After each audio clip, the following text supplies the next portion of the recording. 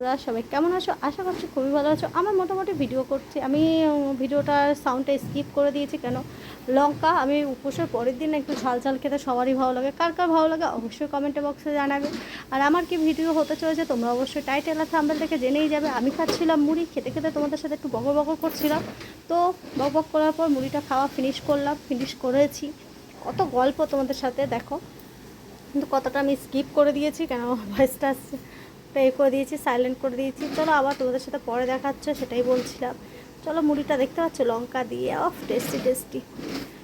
তারপরে চলে গেছি তার পরের দিনের ভিডিও এটা। তার পরের দিন শ্যুট করেছিলাম, তোমাদের সাথে গল্প করছিলাম। এটাই বলছিলাম যে আজকে দিনটা খুবই সুন্দর। এসে তো অনেক কাজ শুরু করে নিয়েছি, সব টুকটাক কাজ করি, ডেলি কাজ, সেটা তোমাদের সাথে ডেলি শেয়ার করতে পারি না।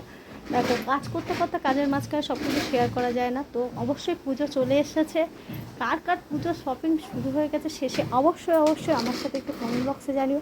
আমার তো হয়নি কেন, এখন এই মাসটা হচ্ছে, এই মাস থেকে শুরু হয়ে যায় আমার মাথা খারাপের মাস।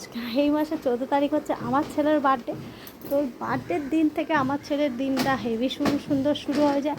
তো তার জন্য বার্থডে তো চলো তোমাদের সাথে বার্থডেটাও শেয়ার করবো। জানি না কতটা কী করতে পারবো, এখন এক ওপরবেলার হাতে। তো টুকটাক চেষ্টা করেছি শেয়ার করব তো তোমাদের সাথে। 14-15 দুদিন আমার ছুটি আছে, ছুটি নিয়েছি। সেই ছুটির দিনগুলোতে ছেলেটার সাথে সময় কাটাবো অনেক অনেক বেশি বেশি করে, সেটাও তোমাদের সাথে টুকটাক শেয়ার করব। আর তোমরা জানোই ভালো করে আমি বাড়ি থাকলে অত ভালো ভিডিও দিতেও পারি না, আর তোমাদের সবার পরিবারে যেতেও পারি না, এটাই আমার আফসোস। কিন্তু বাড়ি থাকলে কি বলতো, অনেক দিন পর পর বাড়ি থাকি তো মনে হয় সারাটা সময় সবার সাথে কাটাই, মিলেমিশে কাটাই, একটা আনন্দ করে কাটাই। এই করতে করতে আমার দিনটা চলে যায়। আর তোমাদেরকে একটাই কথা বলবো, তোমরা যারা যারা আমার ভিডিওটা দেখছো তারা প্লিজ স্কিপ না করে পুরো ভিডিওটা দেখো, দেখে একটা গঠনমূলক কমেন্ট করে যাও, যে তোমার পরিবারে আমি যেতে পারি, যে তুমি আমার পরিবারে এসেছো সেটা যেন বুঝতে পারি, তবেই না আমি তোমার পরিবারে যেতে পারবো। আমি তো সবার পরিবারে গিয়ে গঠনমূলক কমেন্ট করে আসি, হয়তো অত ভালো কমেন্ট করতে পারি না, কিন্তু হয়তো গঠনমূলক কমেন্ট করতে পারি না, কিন্তু চেষ্টা করি সবার পরিবারে যাওয়া, সবার পরিবারে গিয়ে ভালোবাসা দিয়ে আসা, বন্ধু হয়ে আসা, রিপ্লাই কমেন্টও করে আসি, সবই করে আসি। তারপরও আমার পরিবারে অতটা আসে না, কারণ আমি সারাদিনে 50টা কমেন্ট করলে 10টা হয়তো কমেন্টে আমার রিপ্লাই কমেন্টের রিয়াকশান আসে। তো ঠিক আছে, কোনো ব্যাপার না, এসছি কাজ করতে, মনোযোগ দিয়ে কাজ করবো, কষ্ট করলেই তো টেস্ট পাওয়া যায়, এটাই সবাই বলে।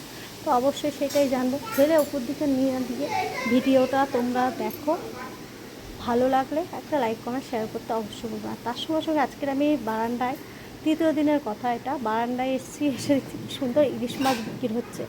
অত বড় বড় ইলিশ মাছ দেখেই যেন মনটা ভরে গেল। আমার কাছে ইলিশ মাছগুলো অনেক বড়, যারা নদীর পাশে থাকে তাদের কাছে ইলিশ মাছ ছোট হবে, তো আমার কাছে এই ইলিশ মাছগুলো অনেকটা বড়। তো এই মাছিটা নিয়ে এসছে, খুবই টাটকা, দেখছিলাম 3 পিস ছিল, 3 পিসই বিক্রি হয়ে গেছে। এত দারুণ ইলিশ মাছ, আর চওড়া দেখো কতটা।